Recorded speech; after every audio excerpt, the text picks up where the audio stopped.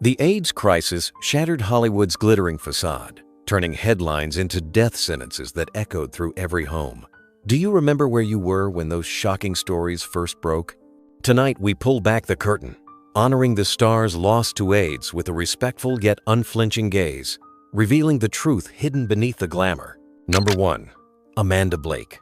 She died in August of 1989 from complications related to AIDS, a truth that stunned the public when it became known. For years, she had been the face of Miss Kitty on Gunsmoke, the glamorous saloon owner who defined television westerns for nearly 2 decades. The shock came not only from the disease itself, which was cloaked in stigma at the time, but also because her image had always been tied to strength and resilience. She was born Beverly Louise Neal in Buffalo, New York, and rose from modest beginnings to become one of the most recognized women on American television.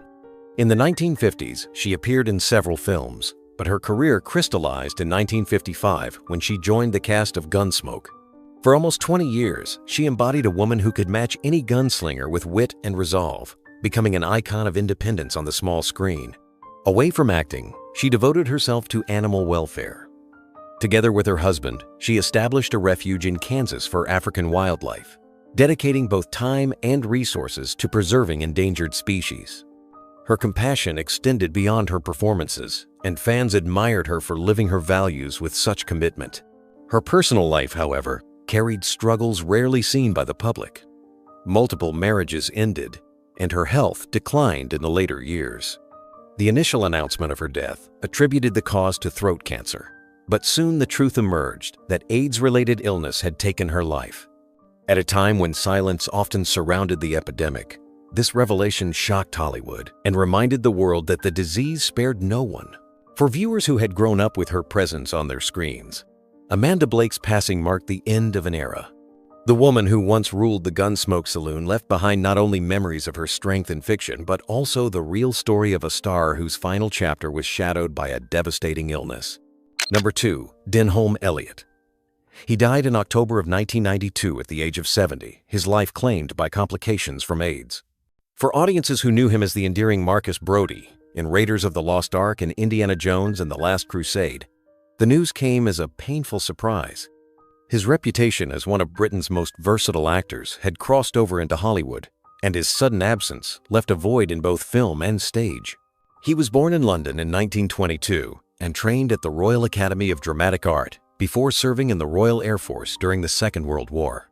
After the war, he turned to acting in earnest, developing a career that spanned decades and covered a remarkable range.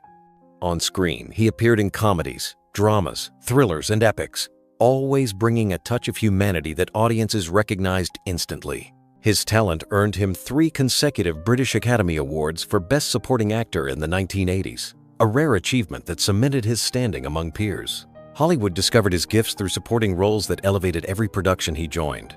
In A Room with a View, he played the eccentric Mr. Emerson, a performance that drew international praise. In Trading Places, he stood alongside Eddie Murphy and Dan Aykroyd, delivering a performance both subtle and memorable. Yet it was his work as Marcus Brody in the Indiana Jones series that brought him into the hearts of American audiences, creating a character both humorous and kind that balanced the larger-than-life heroics of Harrison Ford. Off-stage and screen, he was known for his private battles. His diagnosis with HIV came during a time when the illness was still deeply misunderstood and carried enormous stigma. He continued to work despite declining health, determined to keep his craft alive even as his strength faded. Friends and colleagues described him as courageous, witty, and unflinchingly professional until the end. When his death was announced, tributes poured in from across the world. The British press remembered him as a national treasure, while Hollywood mourned a character actor who had made every role shine. Denholm Elliott's passing was more than the loss of a performer. It was a reminder of how even the brightest talents of his generation could be struck down during the height of the AIDS epidemic, leaving behind a body of work that still speaks for him long after his final curtain fell. Number 3. Tony Richardson. He died in November of 1991 from complications related to AIDS, an ending that stunned both the British film establishment and Hollywood. As an Academy Award-winning director, his work had helped shape modern cinema, and his sudden passing at the age of 62 left a lasting scar on the industry. He was born in Shipley, Yorkshire in 1928 and studied at Oxford, where his passion for theatre first emerged. He co-founded the English Stage Company at the Royal Court Theatre, a place that gave voice to new playwrights such as John Osborne. The wave of angry young men in British drama found its cinematic counterpart through Richardson's vision, and he became one of the leading figures in the British New Wave of the late 1950s and early 1960s. His directorial style combined gritty realism with emotional depth, and it was most evident in works such as Look Back in Anger and The Loneliness of the Long-Distance Runner. In 1963, he reached the pinnacle of his career when Tom Jones won the Academy Award for Best Picture and earned him the Oscar for Best Director. Hollywood embraced him, and for a time he enjoyed international acclaim as a filmmaker who could marry artistry with popular success. Yet despite the triumphs, his career was marked by turbulence. Later films struggled to match the brilliance of his early achievements, and his personal life often overshadowed his professional accomplishments. He was open about his bisexuality during an era when such honesty carried heavy consequences, and this courage made his death from AIDS complications even more poignant.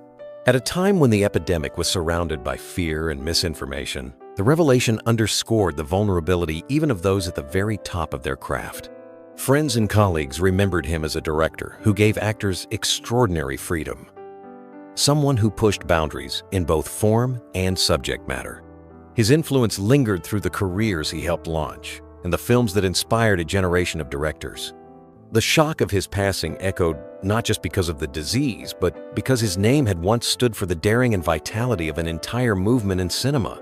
Tony Richardson's death served as a harsh reminder that AIDS claimed artists at the height of their brilliance. His films remain as testimony to a restless spirit, capturing the struggles, passions, and contradictions of his time, ensuring that his voice did not fade with his final days. Number 4. Kevin Peter Hall.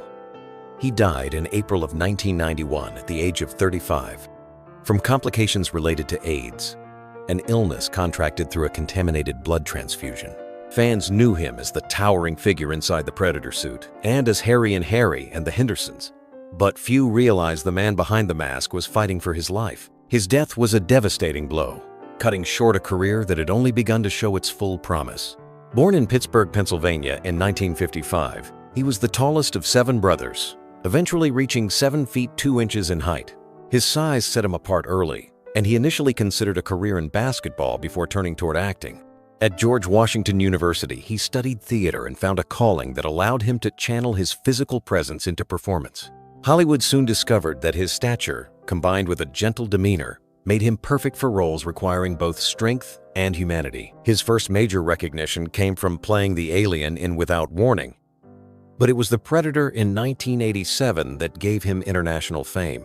Encased in heavy costume and makeup, Hall managed to bring life and menace to a character that might have been only a monster. He reprised the role in the sequel and simultaneously won hearts as the lovable Sasquatch in Harry and the Hendersons. Despite being hidden behind elaborate prosthetics, he conveyed warmth and emotion with his movements and eyes, a skill that impressed directors and audiences alike. Away from science fiction roles, Hall appeared in television shows such as Night Court and Star Trek: The Next Generation, proving that he could work beyond the monster suits. He married actress Elena Reed, known from Sesame Street, and the two became a beloved couple in Hollywood circles. Their love story made the tragedy of his illness even more heartbreaking, as Reed stood by him until the very end. When news of his passing broke, tributes highlighted not only his performances but also his kindness and humility. He was remembered as a gentle giant who gave depth to characters that could have been forgotten behind makeup and masks. Do you remember the first time you saw his Predator on screen? Leave a comment and share how his work left an impression on you. Kevin Peter Hall's life was brief, but his legacy remains immense. His ability to transform size into soul ensured that audiences would never forget the humanity inside the creature, even long after the man himself was gone. Number 5. Rick Aviles. He died in March of 1995 from complications of AIDS at the age of 42. His death ended a career that had just begun to bloom after his chilling role in the film Ghost. Audiences remembered him as Willie Lopez, the mugger whose crime sets the story in motion, and his sudden absence reminded Hollywood how fragile success could be.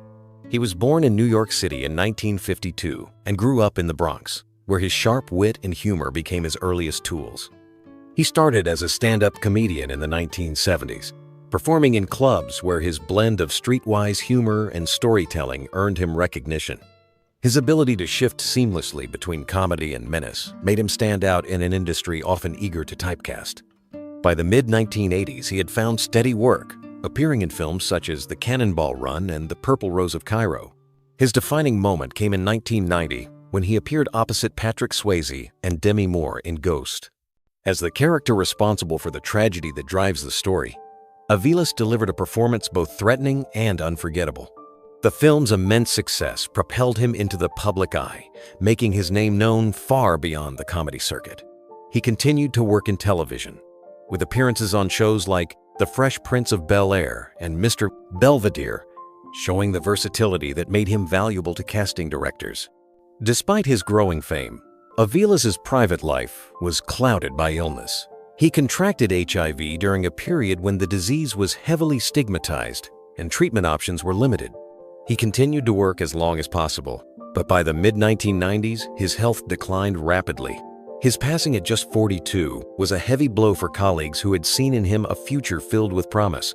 Tributes from fellow comedians and actors described him as a performer of rare charisma and natural presence. Many emphasized his generosity and loyalty behind the scenes, qualities that endeared him to those who knew him best. His loss highlighted once again how AIDS did not discriminate, claiming lives from every corner of the entertainment industry. Rick Aviles left behind a legacy that stretched from small comedy clubs in New York to one of the most popular films of its era, a legacy cut short just as it was beginning to reach its height. Number 6. Dack Rambo. He died in March of 1994 at the age of 52 from complications of AIDS. His death was particularly poignant because he had taken the rare step of openly announcing his diagnosis on television, a move that few actors of his era were willing to make. Known for his striking looks and steady presence on popular series, he had been a familiar face to millions of viewers throughout the 1970s and 1980s. He was born Norman J. Rambo in Earlemont, California in 1941. Along with his twin brother, he was discovered by actress Loretta Young, which opened the door to Hollywood. Early in his career, he appeared on shows such as The New Loretta Young Show and Peyton Place, building a resume that showcased both his charm and his versatility. His good looks quickly led to leading roles, and he became a recognizable star across primetime television. In the 1980s, his fame grew even larger with his role on Dallas, where he played Jack Ewing, a character that connected him to one of television's most successful series. He also worked on soap operas such as All My Children and Another World, where his mix of confidence and vulnerability drew loyal audiences. Casting directors appreciated his ability to bring intensity to melodramatic roles, and his steady work reflected the industry's trust in his talent. Behind the screen, Rambo struggled with his identity and personal challenges.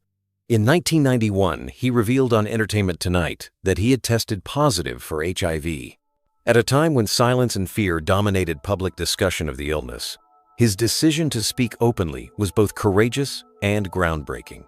By making his diagnosis public, he hoped to reduce the stigma and help others confront the disease without shame. As his health deteriorated, he continued to remain visible and committed to advocacy. His candor inspired many who were living with HIV, showing them that even a Hollywood star could stand before the world without hiding. When he passed away in 1994, tributes emphasized not only his long body of work, but also his bravery in addressing an epidemic that had claimed so many lives in secrecy. Dack Rambo's career remains a testament to resilience. He left behind the memory of a gifted actor who faced his final years with honesty, using his platform to shed light on a crisis that demanded compassion and courage. Number 7. Tom Villard. He died in November of 1994 at the age of 40 years from complications of AIDS. His passing was a painful reminder of how the epidemic continued to claim lives even among those who had dared to confront the stigma openly. Known for his comedic energy and wide smile, he was a familiar face in both film and television, often cast as the likable everyman. He was born in Waipahu, Hawaii in 1953 and grew up in Spencerport, New York. After studying acting at Allegheny College and later at the Lee Strasberg Theater Institute, he pursued a career that led him to stage, television, and movies. His earliest screen roles came in the late 1970s, and by the mid-1980s, he had carved out a niche as a dependable character actor. Audiences first recognized him in films such as One Crazy Summer, Heartbreak Ridge, and Popcorn, where his mix of humor and humanity stood out even in supporting parts. On television, he appeared in series like We Got It Made, The Golden Girls, and Murder, She Wrote, proving his versatility and ability to adapt to different tones. His presence was always warm and engaging, making him a memorable addition to any project. In the early 1990s, Villard made the bold decision to go public with his HIV diagnosis on the tabloid talk show Entertainment Tonight.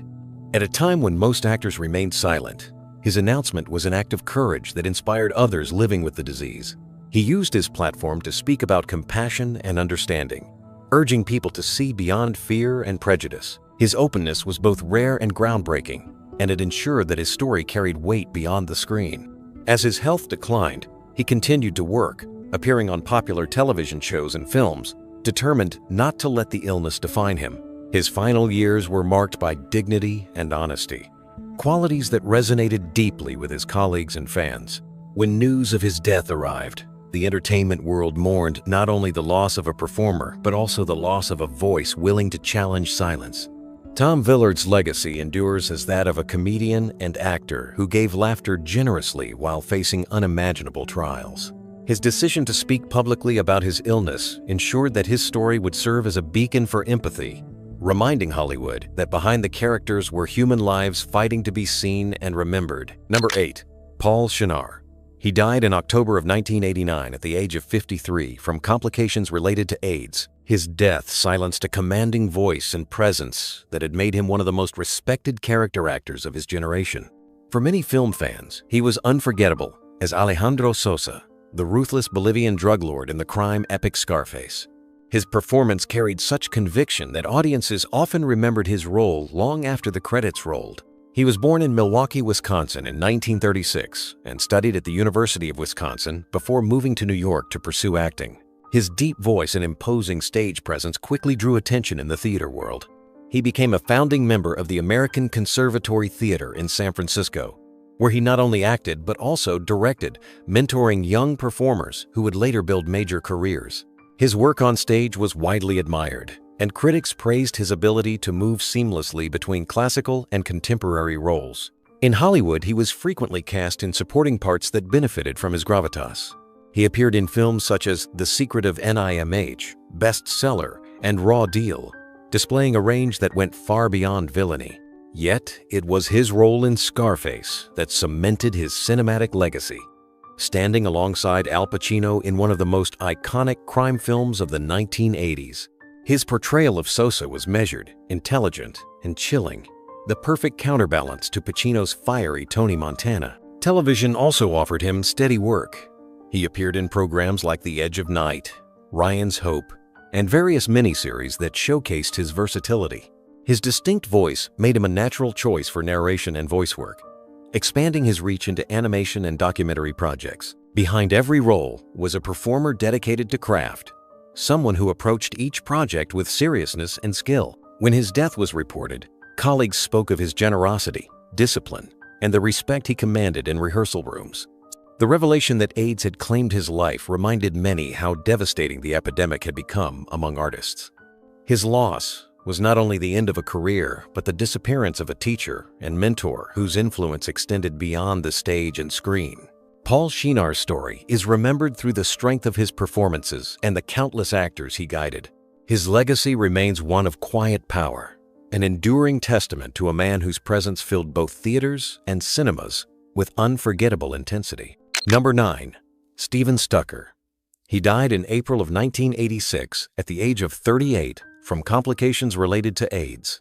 His death came early in the epidemic, at a time when the disease was surrounded by confusion, stigma, and fear. Known for his outrageous comic energy, he made audiences laugh in the film Airplane, where his character Johnny stood out with quick quips and flamboyant humor. His loss cut short a career that promised even greater heights in comedy and performance. He was born in Des Moines, Iowa in 1947 and moved with his family to Ohio during childhood. His interest in performing arts developed early, leading him to study theater and music. By the 1970s, he was working in comedy troupes, honing a style that was bold, unpredictable, and unapologetically himself. His sharp wit and fearless delivery won him a devoted following on stage before Hollywood came calling. Airplane in 1980 was the turning point. Surrounded by a cast delivering deadpan comedy, Stucker provided a burst of high-camp energy that delighted audiences and critics alike. His character, Johnny, filled with flamboyant asides and quick interjections, became one of the most quoted figures from the film. He reprised the role in Airplane 2, further cementing his cult status among fans of comedy. His willingness to play with stereotypes, while controversial to some, made his performance a landmark moment for gay visibility in mainstream cinema of that era. Outside of film, he worked steadily in television and stage productions, always bringing his singular style to every role. In his personal life, he was open about his sexuality, and when diagnosed with AIDS, he did something rare for the time. He chose to speak publicly about his illness. Appearing on talk shows and in interviews, he addressed the stigma head-on, using humor and candor to confront fear. This openness made him one of the first Hollywood actors to acknowledge living with AIDS in the public eye. His passing at just 38 years old was mourned by fellow performers who admired both his courage and his comic brilliance. In a decade when silence was common, his decision to face the epidemic publicly was groundbreaking. Steven Stucker is remembered not only for making people laugh, but for refusing to hide in a time when secrecy was the norm, leaving a legacy of humor intertwined with courage. Number 10. John Megna. He died in September of 1995 at the age of 42 from complications of AIDS. His death closed the chapter on a career that began with extraordinary promise when he appeared as young Dill Harris in the classic film To Kill a Mockingbird. For audiences who cherished the story of Atticus Finch and his children, Megna's role as the curious and mischievous neighbor boy became a beloved part of American cinema history. He was born in Queens, New York in 1952 and showed an early passion for performance.